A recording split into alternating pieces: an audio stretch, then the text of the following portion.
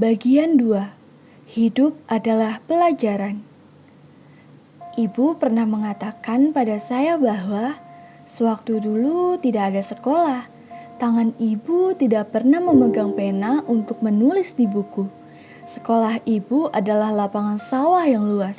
Penanya ibu adalah cangkul, pensil adalah sekop, tulisan ibu adalah padi dan tumbuhan. Nilai ujian ibu adalah padi dan buah-buahan berbagai jenis di ladang sawah. Ibu tak ada guru, tak ada buku untuk latihan membaca, tak ada nilai tinggi dari pekerjaan rumah, tak ada yang memberikan hadiah juara kelas. Guru ibu adalah segala-galanya di sekeliling ibu.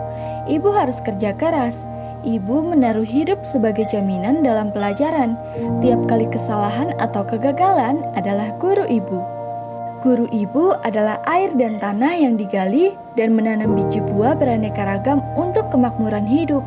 Ibu tidak bisa membaca buku, tapi ibu bisa baca keadaan tanah, cuaca, dan langit, serta segala keadaan alami dengan cerdas dan jelas.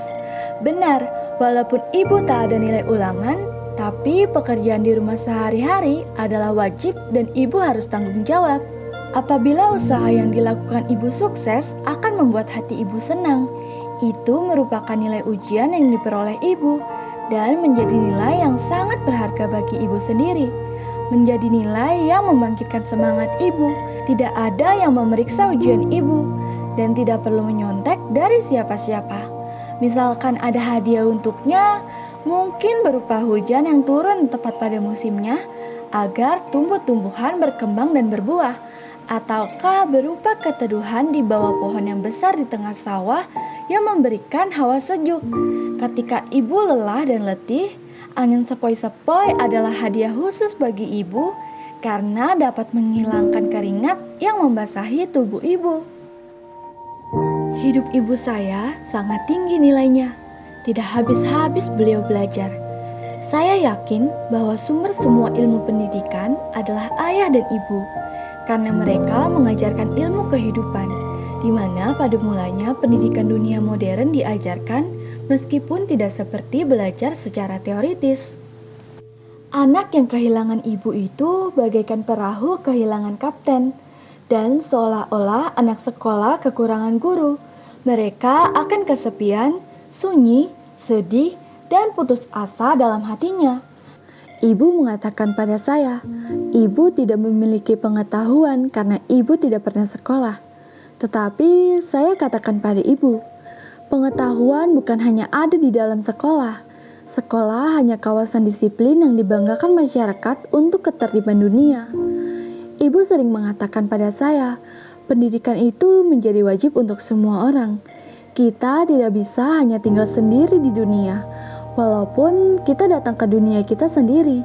Oleh karena itu, perlu kita pelajari baik melalui sekolah dan ilmu kehidupan di sekeliling kita. Ibu mengatakan pada saya, belajar saja tidak cukup, tapi kita juga perlu memberikan pelajaran kepada orang juga. Karena banyak orang yang sulit belajar dan sulit lulus. Mungkin kita bisa mempelajari 100 buku sampai lebih, tapi mengenal orang yang sering bergaul dengan kita harus setiap hari dibina. Ibu menegaskan pada saya, ketika kita belajar tentang seseorang, mereka juga sedang mempelajari kita.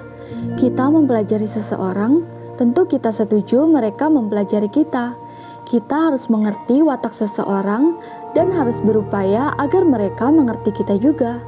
Suatu saat, saya pernah bertanya kepada ibu, mengapa menganggap hidup adalah pelajaran?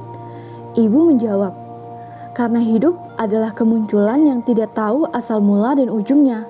Kita mengandaikan kemunculan adalah kelahiran dan perpisahan sebagai kematian. Sesungguhnya kelahiran dan kematian tidak ada. Segala sesuatu adalah kondisi bermunculan secara alami. Bila faktor-faktor lainnya kurang keseimbangan, maka keadaan alami itu tak akan muncul. Harus kembali pada keadaan semula untuk mulai berkumpul lagi dan diharapkan keadaannya menjadi lebih baik. Saya sangat kagum atas pengertian dan kecerdasan ibu dan bangga pada kemampuannya yang dapat menjelaskan hal yang sulit dimengerti menjadi gampang dipahami dan mengesankan atas gaya seni percakapan yang cerdas dan lembut. Mulut kecil yang berusaha mengajarkan hal-hal tentang hidup pada saya, tidak kenal lelah, kegembiraan terlihat baik dari wajah dan sinar matanya. Hormat dan cinta saya pada ibu tak pernah berkurang, walaupun di dunia ini banyak harta yang berharga, tetapi bagi saya ibulah yang menjadi permata dan tak dapat dinilai harganya. Ibu melanjutkan lagi, hidup bukanlah mimpi, tetapi kita harus bermimpi untuk mengembangkan hidup. Hidup bukanlah penderitaan, tapi hidup dapat menimbulkan derita dan juga dapat menimbulkan kebahagiaan. Banyak orang yang berpendapat hidup menjadi hal yang bersamaan dengan penderitaan atau duka. Dan bila memikirkan untuk melepaskan penderitaan, maka mereka berupaya mematikan hidup atau bunuh diri. Sesungguhnya mereka tidak tahu bahwa bunuh diri itu bukanlah memadamkan atau melenyapkan duka, karena derita dan hidup itu lain halnya. Tetapi hidup merupakan keadaan yang harus diteliti untuk mempelajari dan harus tahu sistem alamiah. Pelenyapan derita perlu belajar dan mempelajari dari faktor-faktor alam. Ibu mengatakan kepada saya, ibu menjadi pemberi semangat hidup, tetapi yang harus mempelajari adalah tugas anak itu sendiri. Saya menyimpan dan harus berpikir dua kali dengan dua kalimat ini, pemberi semangat hidup dengan pelajar kehidupan.